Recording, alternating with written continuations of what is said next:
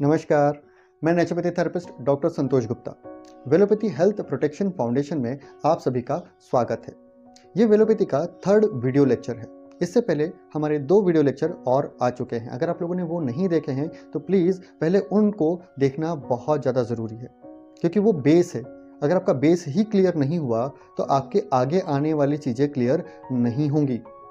उनको समझने के लिए आप वापस बैक जाइए और उनको पूरा देखिए। सबसे पहले पहला वाला इंट्रोडक्शन वीडियो देखिए, जिसमें पूरा वेलोपैथी के बारे में बताया गया है। दूसरा जो है बेसिक फंडामेंटल ऑफ लाइफ, उसको पूरा देखिए। उसके अंदर बताया गया है कि आपके प्राइमरी फूड क्या होता है, सेकेंडरी फूड क्या होता है, कौन सा फूड हमारे लिए अति आवश्यक है, कैसे पहचानें कि कौन सा फूड हम खाने के लायक हैं, वेज क्या होता है, नॉन वेज क्या होता है। ऐसी कई जानकारियाँ जो हैं वो सेकंड नंबर वाले वीडियो के अंतर्गत हैं। आप जाएं और उन्हें देखें, और अगर वो देख लिए हैं तो ये तीसरा वाला वीडियो जो है आपको और ज़्यादा नॉलेज देगा। चलिए शुरुआत करते हैं इस तीसरे वाले वीडियो लेक्चर की। इस वीडियो लेक्चर में हम ट्राइप एंड बैलेंस पे आधारित वेलोपैथी की पूरी बात करेंगे कि वेलोपैथी जो है ये किस पे आधारित है। ये बेसिकली ट्राइप एंड बैलेंस पे आधारित एक पद्धति है।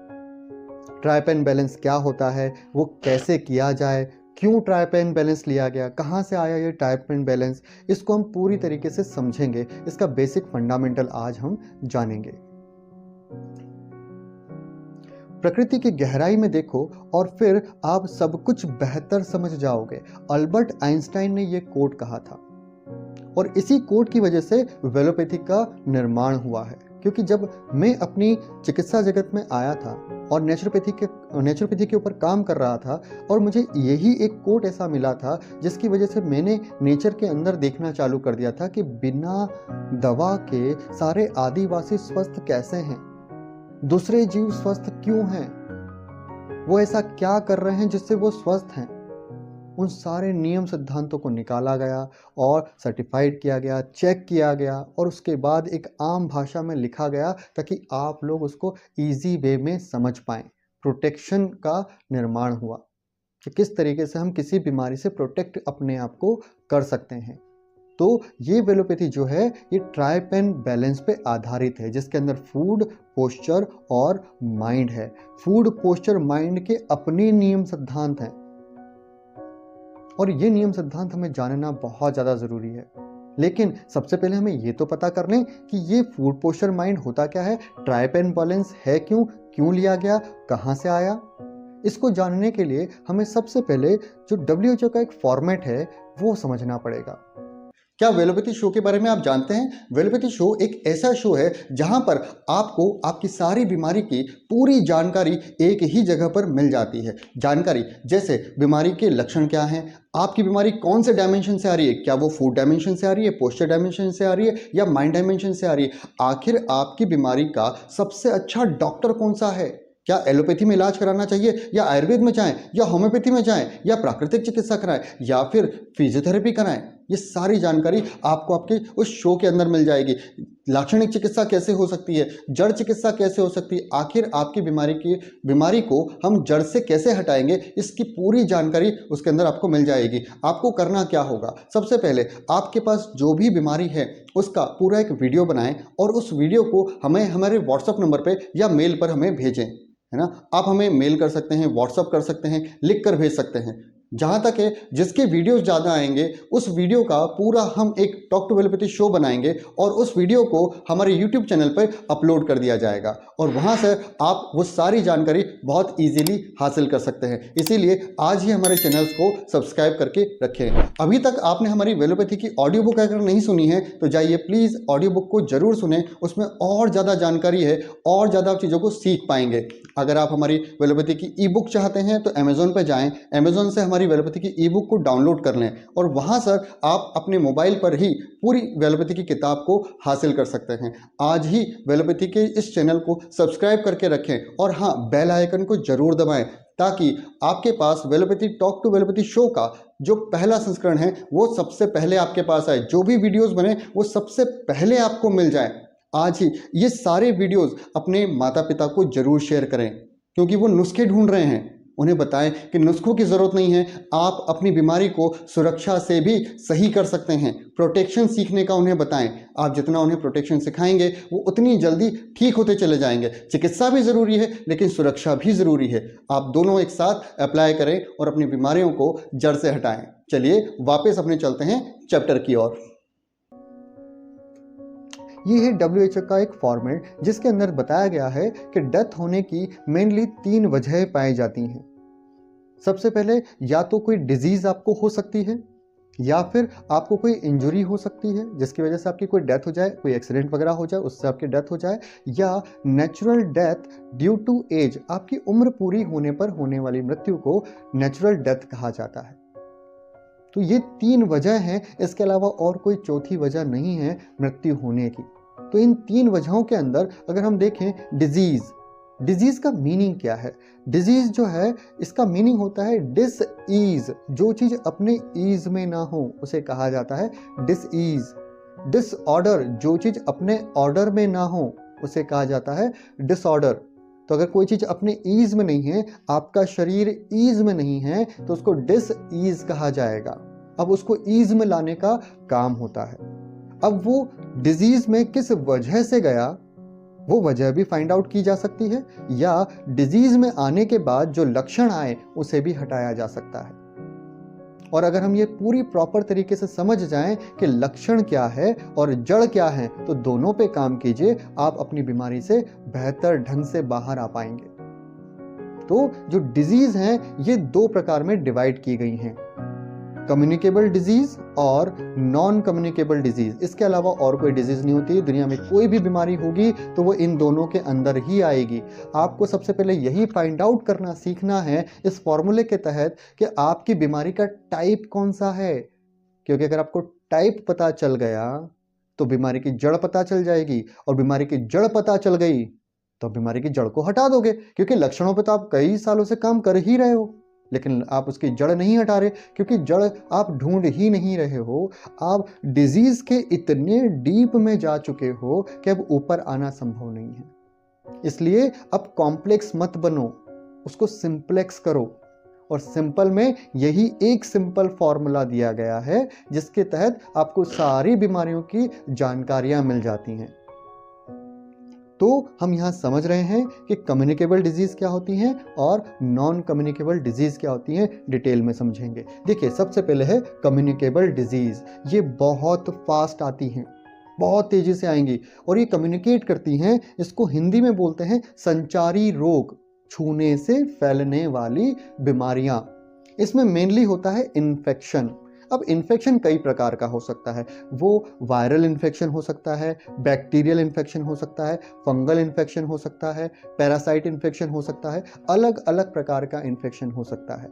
किसी भी प्रकार का इन्फेक्शन हो, इसके लिए आपके शरीर के पास एक बेहतरीन प्रणाली मौजूद है जिसे कहा जाता है इम्यून सिस्टम। इम्यून सिस्टम जो बना है वो इस चीज से लड़ने के लिए बना है। किससे? कम्युनिकेबल डिजीज से लड़ने के लिए बना है। और ये कब आपका इम्यून सिस्टम मजबूत होगा? जब वो इनसे लड़ेगा। वो लड़ेगा और मजबूत होता चला जाएगा। जब कभी भी आपको कोई इन्फेक्शन पहली बार होता है और शरीर के पास उससे लड़ने की कोई रणनीति नहीं होती, उस वायरस को मारने का कोई तरीका नहीं होता, तब शरीर डिसीज में चला जाता है कुछ दिनों के लिए। और शरीर उससे लड़ने का तरीका उससे लड़ के सीखता जाता है। और एक समय ऐसा आता है जब इम्यून सिस्टम उससे लड़ने की पूरी रणनीति बना लेता है। वो एंटीबायोटिक्स बना लेगा और उसके बाद वो उस इन्फेक्शन से लड़के उसको खत्म कर देगा। और एक बार लड़के अगर उसने खत्म कर दिया तो आपका शरीर उसके लिए एक इम्यूनिटी बना लेगा। अब सेकेंड टाइम ये वायरस आपके पास जब कभी भी आएगा, ये आपको परेशान नहीं कर सकता, क्योंकि शरीर के पास इससे लड़ने की इम्यूनिटी मौजूद है। पर हम करते क्या हैं? जैसे ही कोई इन्फेक्शन हमें होता है और उसका सिम्टम्स आएगा बुखार, सर्दी, खांसी, उल्टी, दस्त, ये सिम्टम है किसका? इन्फेक्शन का। सर्दी, नाक में इन्फेक्शन हुआ है। खांसी, चेस्ट में इन्फेक्शन हुआ है। उल्टी, आपके स्टमक में कोई इन्फेक्शन हो सकता है। दस्त, इंटेस्टाइन में कोई इन्फेक्शन हो सकता है, बैक्टीरियल हो सकता है, फंगल हो सकता है, पैरासाइट इन्फेक्शन हो सकता है, इनमें से कोई सा भी इन्फेक्शन हो सकता है। इसके लिए वो आपको कोई सिम्टम देता है और आप क्या करते हो, जाते हो और मेडिसिन ले आते हो और खा लेते हो। तो क्या लगता है आपको, आपकी इससे इम्यूनिटी मजबूत हो जाएगी? जी नहीं, वो और ज़्यादा कमज़ोर हो जाएगी, क्योंकि आपने उस इन्फेक्शन से लड़ने का मौका शरीर को दिया ही नहीं। आप खुद सोचिए, आपके बच्चे का होमवर्क अगर आप करने बैठ गए तो क्या बच्चा मजबूत हो जाएगा? कभी नहीं होगा। ठीक उसी प्रकार आपके इम्यून सिस्टम को जो काम करना चाहिए था वो इम्यून सिस्टम से ना करा के बाहरी दवाई गोलियों से करवा दिया गया, तब क्या होगा? वो शरीर अगली बार भी ये वायरस आएगा तो सेम सिम्टम्स देगा और फिर लड़ने की कोशिश करेगा। और क्योंकि पहली बार तो आपने उसको इम्यूनिटी बनाने का मौका दिया नहीं है, तो सेकेंड बार भी उसके पास इम्यूनिटी होगी नहीं। वो इम्यूनिटी बनाने के लिए फिर से मेहनत करेगा और आप क्या करोगे, अगेन दवा डाल दोगे। तो ऐसे में आपकी इम्यूनिटी कभी मजबूत हो ही नहीं पाएगी। एटलीस्ट कुछ देर का समय तो शरीर को देना चाहिए। वो 1 दिन हो सकता है, 2 दिन हो सकता है, 3 से 5 दिन हो सकते हैं। 10 लगे हैं तो कम से कम 2 से 3 बार आपको शरीर को मौका देना चाहिए। केवल फीलिंग आते ही गोलियां नहीं खाना चाहिए। मैंने कई पेशेंट को देखा है, वो क्या करते हैं, सर आज ना थोड़ा सा बुखार सा लग रहा था तो मैंने तो गोली खा ली बिना देर किए। आप खुद सोचो, क्या उसने सही किया? शरीर ने एक एहसास दिया था कि मुझे अंदर कोई बैक्टीरियल इन्फेक्शन हुआ है, मुझे उस पर डील करना है। आपको वहां रेस्ट करना चाहिए था। सिक लीव इन्हीं के लिए बनाई गई हैं, घूमने के लिए नहीं और शॉपिंग करने के लिए नहीं। पर अधिकतर लोग सिक लीव का यूज घूमने फिरने के लिए और शॉपिंग करने के लिए करते हैं। तो आपको ये याद रखना है, जब कभी भी ये बीमारियां आए आपको सिक लीव लेना है, आपको रेस्ट करना है। उस समय रेस्ट की आवश्यकता है। क्यों? क्योंकि शरीर अपनी इम्यूनिटी पे काम कर रहा है, तो उसे कोई और काम में मत लगा दो। एक बार आपने इन पे शरीर को काम करने दिया तो शरीर इससे इम्यूनिटी गेन कर लेगा। नेक्स्ट टाइम ये बीमारी आपके पास नहीं आएगी। आदिवासी के सारे बच्चे क्या करते हैं, उन्हें हर एक बीमारी से लड़ना सीखना पड़ता है, क्योंकि उनके पास पैसा नहीं है, बार बार दौड़ दौड़ के वो हॉस्पिटल नहीं जा सकते। तो वो क्या करते हैं, छोटी मोटी बीमारियों में भी वो उस बीमारी से लड़ने देते हैं। और इससे क्या होता है, वो बच्चा बचपन से ही हर एक वायरस से लड़ना सीख जाता है। वो बच्चा नहीं सीखता, उसका इम्यून सिस्टम सीख जाता है। और इम्यून सिस्टम सीख गया तो दुनिया की किसी भी बीमारी से वो लड़ लेगा।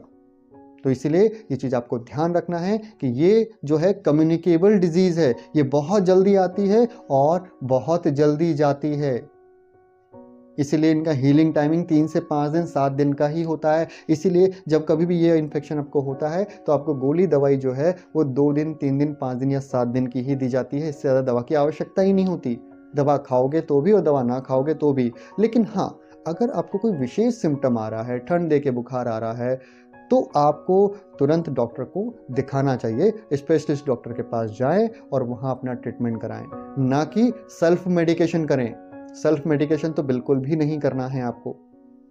तो ये था कम्युनिकेबल डिजीज। अब हम देखने वाले हैं नॉन कम्युनिकेबल डिजीज। देखिए, नॉन कम्युनिकेबल डिजीज का हिंदी और शाब्दिक अर्थ होता है गैर संचारी रोग, जो छूने से ना फैले, उसको कहा जाता है गैर संचारी रोग। इसकी एक पूरी लिस्ट है इसमें, और ये सबसे स्लो आता है, ये बहुत स्लो आता है। स्लो होने की वजह से क्या होगा, ये आपको पता नहीं चल पाएगा। याद कीजिए अपना पहला वीडियो लेक्चर, मैंने आप लोगों को समझाया था बॉइलिंग फ्रॉग सिंड्रोम। धीमे धीमे होने वाले परिवर्तन को हम भांप नहीं पाते। तो ये जो नॉन कम्युनिकेबल डिजीज है ना, ये बॉइलिंग फ्रॉग सिंड्रोम के तहत आ जाती है। आपको पता ही नहीं चलता कि बीमारी आपके पास आ चुकी है और उसी बीमारी में आप एडजस्ट करके रहना सीख जाते हो। तो इसमें मेनली आता क्या है, इसमें मेनली आती है आपकी life style disease. Disease, life style disease, आपकी लाइफ स्टाइल ईज में नहीं है।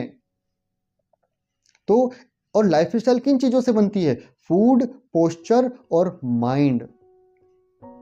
इसीलिए वेलोपैथी में ट्राइपेन बैलेंस बनाया गया, क्योंकि फूड, पोस्चर और माइंड से ही आपकी जीवन शैली बनेगी।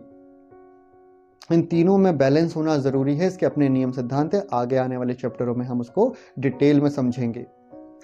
तो कम्युनिकेबल और नॉन कम्युनिकेबल डिजीज के अंदर क्या क्या आता है। नॉन कम्युनिकेबल डिजीज के अंदर ऑटो इम्यून डिजीज, लगभग 200 प्रकार की बीमारियां ऑटो इम्यून डिजीज हैं। अगर जीवन शैली ठीक कर लेते हो तो ऑटो इम्यून डिजीज से छुटकारा मिल सकता है। ऑटो इम्यून डिजीज का क्या मीनिंग है? ऑटो इम्यून डिजीज का मीनिंग है कि आपका इम्यून सिस्टम आपके शरीर में और बैक्टीरिया और वायरस में अंतर पता नहीं कर पाता और बाय डिफॉल्ट आपके शरीर पे हमला कर देता है। तो उसको कहा जाता है auto immune disease. Auto immune disease का मेनली कारण जो देखा गया है वो है फूड, क्योंकि फूड ही है जो बाहर से अंदर आता है।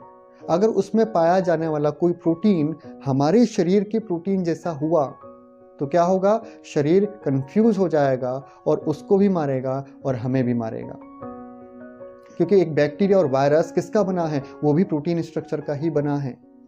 वो एक एनिमल है। कोई प्लांट हम पे हमला कर सकता है क्या? कभी नहीं कर सकता। एक जीव ही दूसरे जीव पे हमला कर सकता है। तो जब कोई एनिमल प्रोटीन हमारे शरीर के अंदर आता है वो बैक्टीरिया और वायरस हो सकता है, क्योंकि वो कैसे बना हुआ है? वो जीव है, एनिमल है। तो उसका प्रोटीन स्ट्रक्चर, हम भी एक एनिमल है, हमारे जैसा हो सकता है। तो जब दो लोग इनके एक समान होते हैं स्ट्रक्चर्स, तब क्या होता है? इम्यून सिस्टम कंफ्यूज हो जाता है किसको मारना है और किसको बचाना है, और बाय डिफॉल्ट वो आपके शरीर पे हमला कर देता है। इस चीज को कहा जाता है ऑटो इम्यून डिजीज। और ऑटो इम्यून डिजीज का कोई इलाज नहीं है। दुनिया की कोई दवा उसको सिर्फ कंट्रोल कर सकती है, खत्म नहीं कर सकती।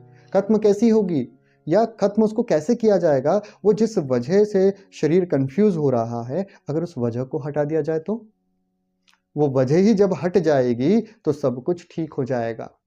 समय लगेगा लेकिन ठीक हो जाएगा।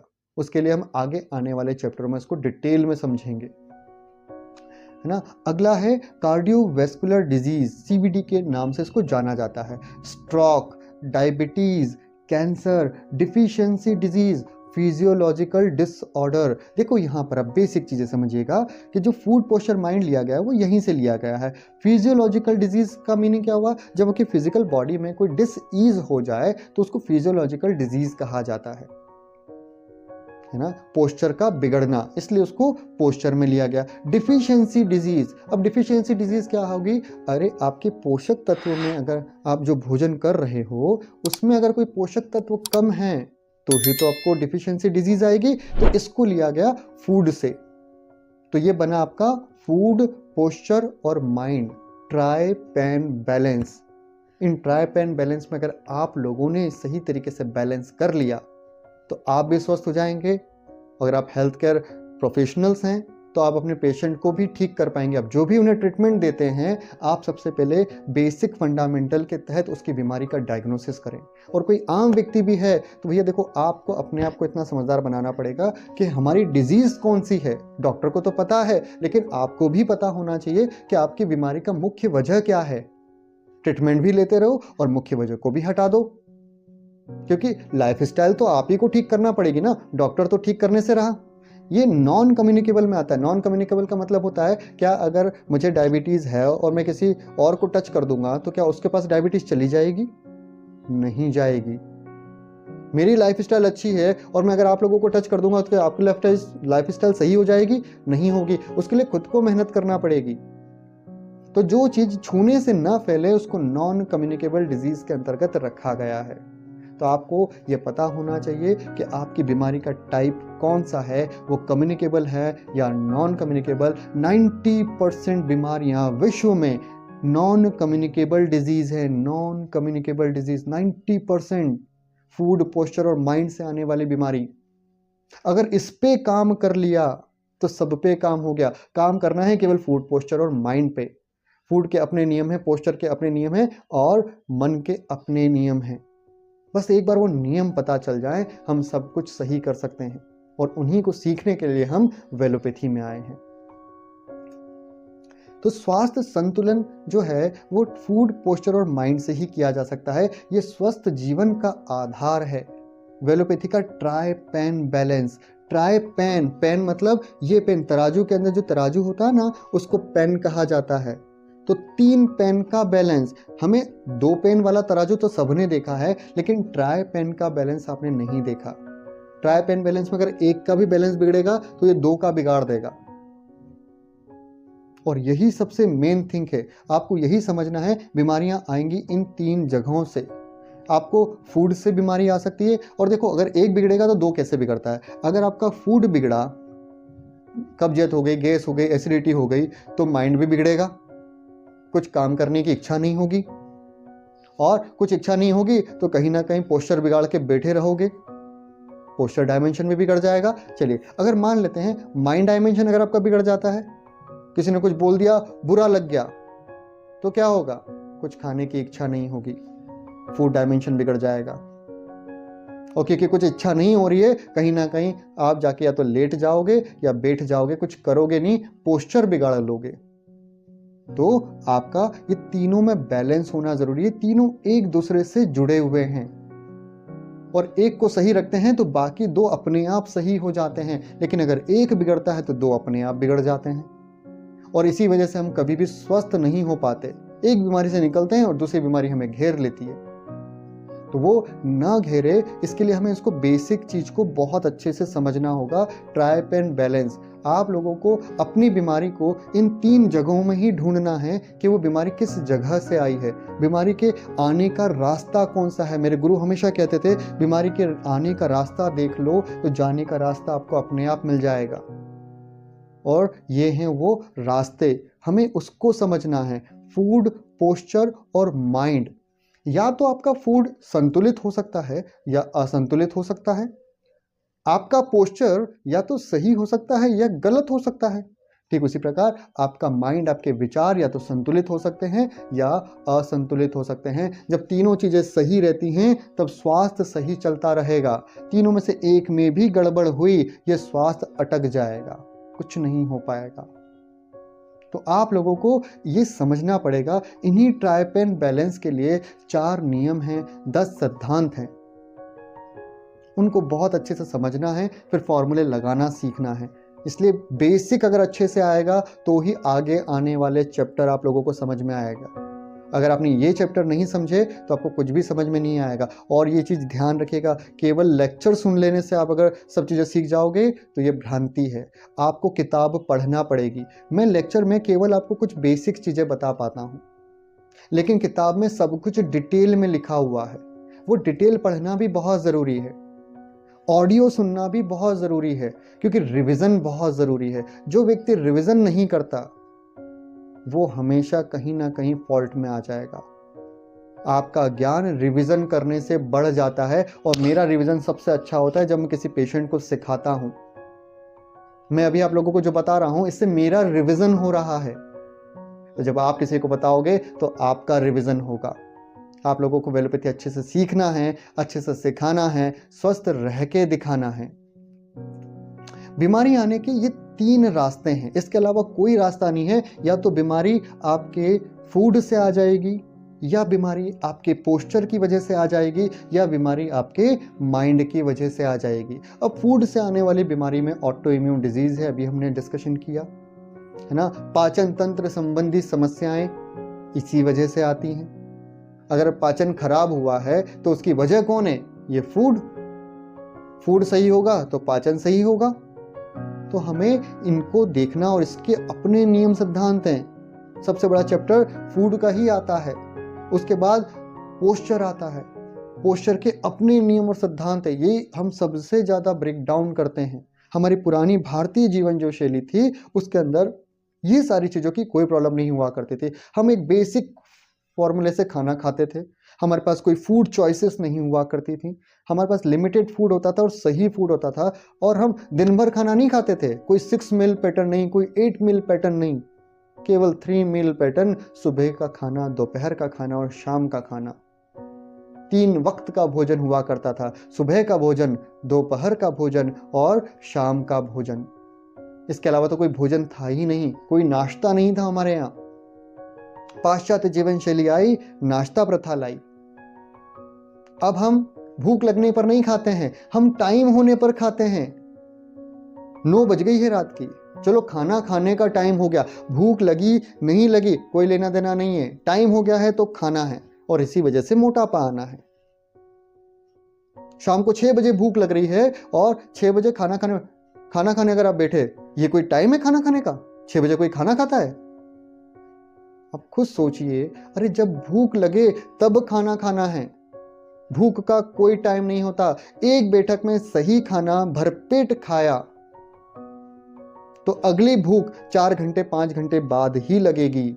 लेकिन कुछ ज्ञानचंद आए, रायचंद आए, उन्होंने बोला थोड़ा थोड़ा खाओ। जब थोड़ा थोड़ा खाने लगे तो आपकी क्रेविंग बढ़ गई, और क्रेविंग बढ़ गई तो अटरम सटरम भी खाने लगे, आप तला गला खाने लग गए। आपकी बॉडी क्रेविंग पैदा करेगी। क्यों? बॉडी में एनर्जी नहीं है। एनर्जी कहीं ना कहीं से तो लानी पड़ेगी, और वो एनर्जी कहां से आएगी? वही अटरम सटरम खाने से। और क्या होगा? मोटापा बढ़ जाएगा। याद कीजिए पुराना वाला जमाना, सुबह का खाना खाया जाता था भर पेट, दोपहर का खाना खाया जाता था भर पेट, और शाम का खाना खाया जाता था भर पेट। हमारे यहाँ भारतीय संस्कृति में एक नियम रखा गया था, पहले पेट पूजा फिर काम दूजा। आज ऐसा नहीं है, पहले काम, आहार वाहार सब होता रहेगा, और इसी वजह से हम और ज्यादा बीमार पड़ गए। आपको वेलोपैथी के अंदर सुलझना है, उलझना नहीं है। 3 वक्त का भोजन खाइए, आराम से स्वस्थ रहेंगे। भोजन क्या खाना है, कैसे खाना है, हम आहार के नियम और सिद्धांतों में हम उसे सीखेंगे। पोस्चर, ये शरीर के लिए बहुत ज्यादा जरूरी है। हमारी भारतीय संस्कृति के अंदर सीधे बैठने और सीधे खड़े रहने की परंपराएं थी। हम वज्रासन में बैठते थे, हमारी रीढ़ की हड्डी हमेशा सीधी हुआ करती थी। लेकिन आज की आराम चेयर आ गई, आराम वाली जीवन शैली आ गई। अब हमारे पास टीवी जो है वो बेडरूम में आ गई। अब हम सो के टीवी देखते हैं। आप खुद सोचिए, अगर आप सोओगे तो छत नजर आएगी, टीवी नजर थोड़ी ना आएगी। और टीवी लगी हुई है दीवार पे। अब टीवी दीवार पे अपनी गर्दन को घुमाने के लिए आप पीछे 2-3 तकिए लगा दोगे और सो जाओगे। शरीर हुआ है थका हुआ, मन थका हुआ नहीं है, शरीर थका हुआ है।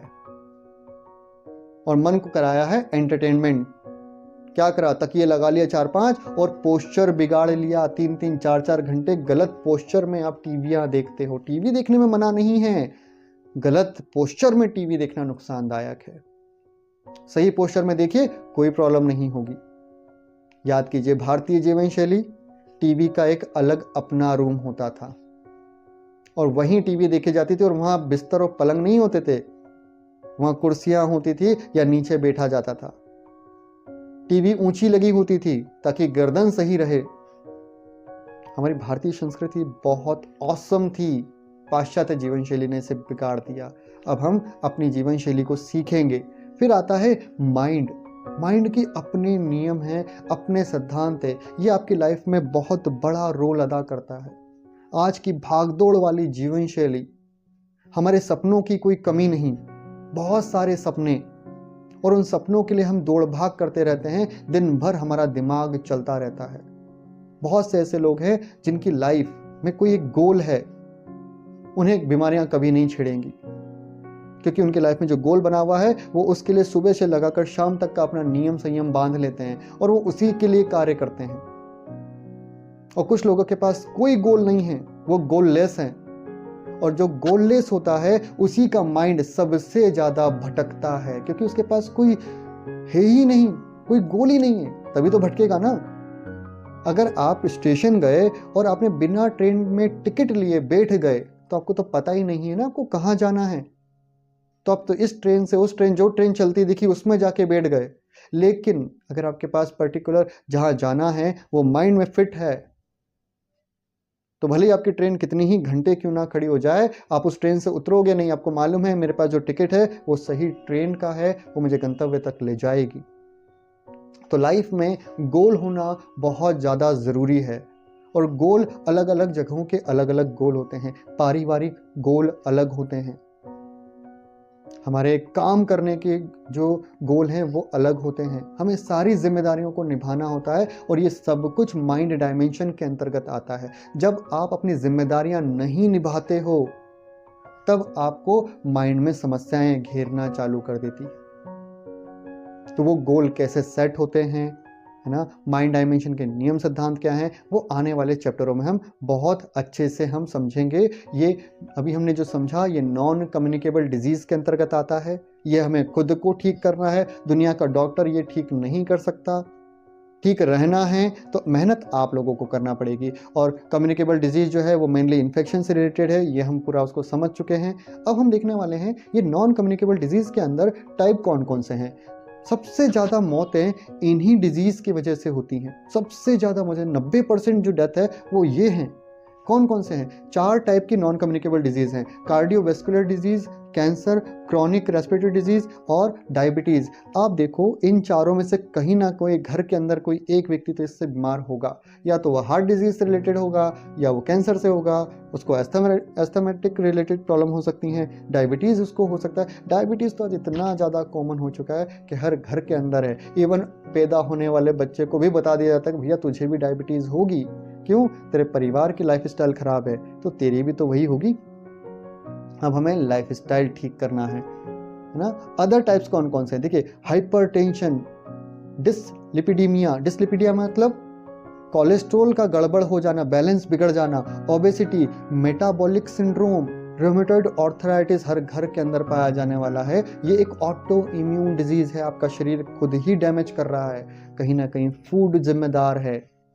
फूड सही कर लिया तो आरए ठीक हो जाएगा, है ना। उसके बाद osteopenia, osteoporosis, degenerative disc disease जिसके अंदर स्लिप डिस्क, साइटिका, ये सारी चीजें आ जाती हैं। और सैक्रोपीनिया मतलब जिसके पास मांस बहुत कम, बहुत ज्यादा दुबला पतला, कुपोषित हो गया हो। उसके बाद है डिप्रेशन, है ना। कॉग्निटिव इम्पेयरमेंट का मतलब होता है कि जो व्यक्ति की याददाश्त कमज़ोर हो जाती है, उसको रोज़मर्रा के काम करने में दिक्कत होना चालू हो जाती है। ये सारी जो है आपकी नॉन कम्युनिकेबल डिजीज़ है। न्यूरो डिजेनरेटिव डिजीज़, नर्व का डैमेज होते चले जाना। सोचिए इतनी सारी बीमारियां केवल आपकी जीवन शैली की वजह से ही आ रही हैं। और जीवन शैली बनती है 3 चीज़ों से, फूड, पोस्चर और माइंड। तीनों में बैलेंस करना बहुत ज़रूरी है, नहीं तो मेहनत से कमाया हुआ पैसा आपको स्वास्थ्य को वापस लाने में देना पड़ेगा और गलती आपकी होगी। अगर आपने सुधार ली तो ये बीमारियां धीमे धीमे आपके घर से बाहर चली जाएगी। एवरी ईयर 41 मिलियन पीपल की डेथ केवल एनसीडी की वजह से हो जाती है। 41 मिलियन कितनी ज़्यादा है। तो हमें समझना होगा कि हमारी जीवन शैली बहुत ज़्यादा इम्पॉर्टेंट है। और जीवन शैली बनती है 3 चीज़ों से, फूड, पोस्चर, माइंड। तीनों के नियम सिद्धांत समझेंगे, उलझेंगे नहीं, सुलझेंगे। कब खाना है, क्या खाना है, साइंटिफिक एविडेंस बताए जाएंगे। साइंटिफिक एविडेंस को फॉलो कीजिएगा, मन को फॉलो कीजिएगा। मैं उस सारी चीज़ें आपको क्लियर करके एक एक चीज़ समझाऊंगा, उससे आपको सारी चीज़ें क्लियर होती चली जाएंगी। देखिए, नेशनल हेल्थ पोर्टल भी बोल रहा है, ये इंडिया का एक पोर्टल है जहाँ पे स्वास्थ्य की सही जानकारी आपको मिल सकती है। ये एक ऐसा पोर्टल है, बता रहा है, ये खुद बोल रहा है कि एनसीडी अगर आपको है तो इसके लिए केवल और केवल आपको हेल्दी लाइफस्टाइल फॉलो करनी है। हेल्दी लाइफस्टाइल, तो हेल्दी लाइफस्टाइल कौन सी थी? हमारी भारतीय जीवन शैली सबसे हेल्दीएस्ट लाइफस्टाइल थी। सुबह का भोजन, दोपहर का भोजन, शाम का भोजन, सही भोजन। गेहूं का इस्तेमाल हमारे यहाँ होता ही नहीं था। बाजरा, मक्का, जौ, चावल हमारे आहार थे। कंप्लीट थाली लगाना, थाली सिस्टम हमारा है। एक गीली सब्जी, एक सूखी सब्जी, दाल, चावल, सब्जी, रोटी, सलाद, चटनी, ये था कंप्लीट फूड। ये भारतीय संस्कृति का आहार था। एक बैठक पे खाना भारतीय संस्कृति का आहार था। बार बार न खाना भारतीय संस्कृति का आहार था। नाश्ता ना करना भारतीय संस्कृति एक प्रथा थी। चाय वगैरह हमारे यहाँ होती ही नहीं थी। ऐसी बहुत सारी चीजें हैं जो हम समझेंगे, सीखेंगे। स्वास्थ्य सुरक्षा का आधार है भोजन, पोस्चर और विचार। यही है ट्राई पेन बैलेंस। इन्हीं तीनों में नियम है, सिद्धांत है, जो हम आने वाले चैप्टरों के अंदर सीखेंगे, बहुत अच्छे से समझेंगे। अब एक क्विक रिकैप ले लेते हैं। आज हमने क्या क्या पढ़ा। आज हमने डिजीज़ के टाइप्स पढ़े, communicable disease, non communicable disease. Communicable disease जो है बहुत फास्ट आ जाती है, नॉन कम्युनिकेबल डिजीज़ बहुत स्लो आती है। इसी वजह से हम बॉइलिंग फ्रॉग सिंड्रोम का शिकार हो जाते हैं। और सबसे ज़्यादा मौतें जो होती हैं वो नॉन कम्युनिकेबल डिजीज़ की वजह से होती हैं। और इसमें क्या होता है, फूड, पोस्चर, माइंड से बीमारियाँ आती हैं। बीमारी आने के 3 रास्ते हमने देखे, फूड, पोस्चर और माइंड, हम तीनों रास्ते हम देख चुके हैं। हमें पता चल चुका है कि भैया बीमारियां यहाँ से आ रही है, यहीं से वापस जाएंगी। रिवर्स करना हमारे हाथों में है। कंट्रोल करना चाहते हैं, वेल एंड गुड, या आपके हाथ में है कि आप उसको कितना कंट्रोल रखना चाहते हैं। मैं चाहूँगा आप अपनी बीमारियों को कंट्रोल के साथ साथ फिनिश भी कर दीजिए। उसके बाद हमने और क्या पढ़ा? हमने देखा ट्राइप एंड बैलेंस क्या होता है, क्यों ज़रूरी है, तीन पेन क्या होते हैं और इनमें क्या क्या चीज़ें होती हैं, किस तरीके से बीमारियां आती हैं, है ना। हमने नॉन कम्युनिकेबल डिजीज़ के जो टाइप्स होते हैं हमने वो सारे देखे। हमने देखा कि लगभग 90% बीमारियां जो हैं वो इसी वजह से आ रही हैं। तो अगर इन्हें हमें हटाना है तो आपको फूड, पोस्चर, माइंड पे काम करना पड़ेगा।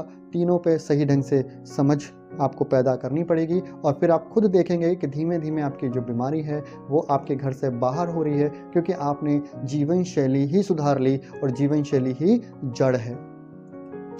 इसके बाद आने वाले चैप्टर के अंदर हम देखेंगे फूड डायमेंशन को, क्योंकि 3 डायमेंशन है, फूड, पोस्चर और माइंड। तीनों डायमेंशन थोड़े अलग अलग हैं। तीनों के अंदर थोड़ा डिटेल में हमें समझना होगा कि फूड डायमेंशन क्या है, पोस्चर डायमेंशन क्या है, माइंड डायमेंशन क्या है। देन हम समझेंगे इन तीनों के सारे नियम और सिद्धांत।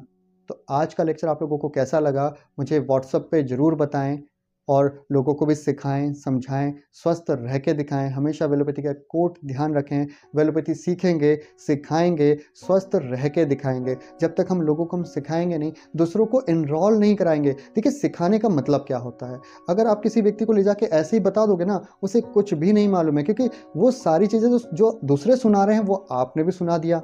सुनी सुनाई बातों पे कोई यकीन नहीं करता, लेकिन जब वो एनरोल करता है, आपके पासपोर्ट के द्वारा वो एनरोल करता है और आपके पासपोर्ट की वजह से उसे डिस्काउंट मिला है, और जब वो एनरोल करता है तो सोचिए उसे क्या क्या मिल जाता है। उसे एक पूरी हार्ड कॉपी मिलती है। हार्ड कॉपी आपने देखी कितनी अच्छी है वो, क्या उसके अंदर पेज में कितने सारे इमेजेस हम लोगों ने यूज़ की हैं, कितना डिटेल में उसको समझाया गया है, आम नागरिक भाषा में उसको समझाया है ताकि आसानी से उसको समझ में आ सके। ऑडियो बुक उसको मिल जाती है, ये वाले वीडियो लेक्चर्स उसको मिलते हैं। क्या लगता है ये सारी चीज़ें आप उसको उस 10-15 मिनट के अंदर सिखा सकते हो?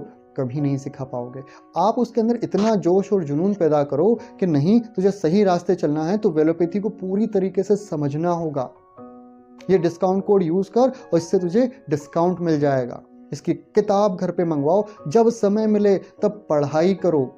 जितना ज़्यादा सीखोगे उतना ज़्यादा फायदा मिलेगा। वेलोपैथी एक एनजीओ है, इस संस्था के पास कोई प्रोडक्ट सेलिंग नहीं है, कोई फूड सप्लीमेंट या कोई अदर चीज़ें आपको नहीं बताई जाएंगी। केवल और केवल क्या दिखाया जाए और समझाया जाएगा, आपको सारा नियम, सिद्धांत, और हाँ, किसी भी पद्धति को लेने से मना भी नहीं किया जाएगा।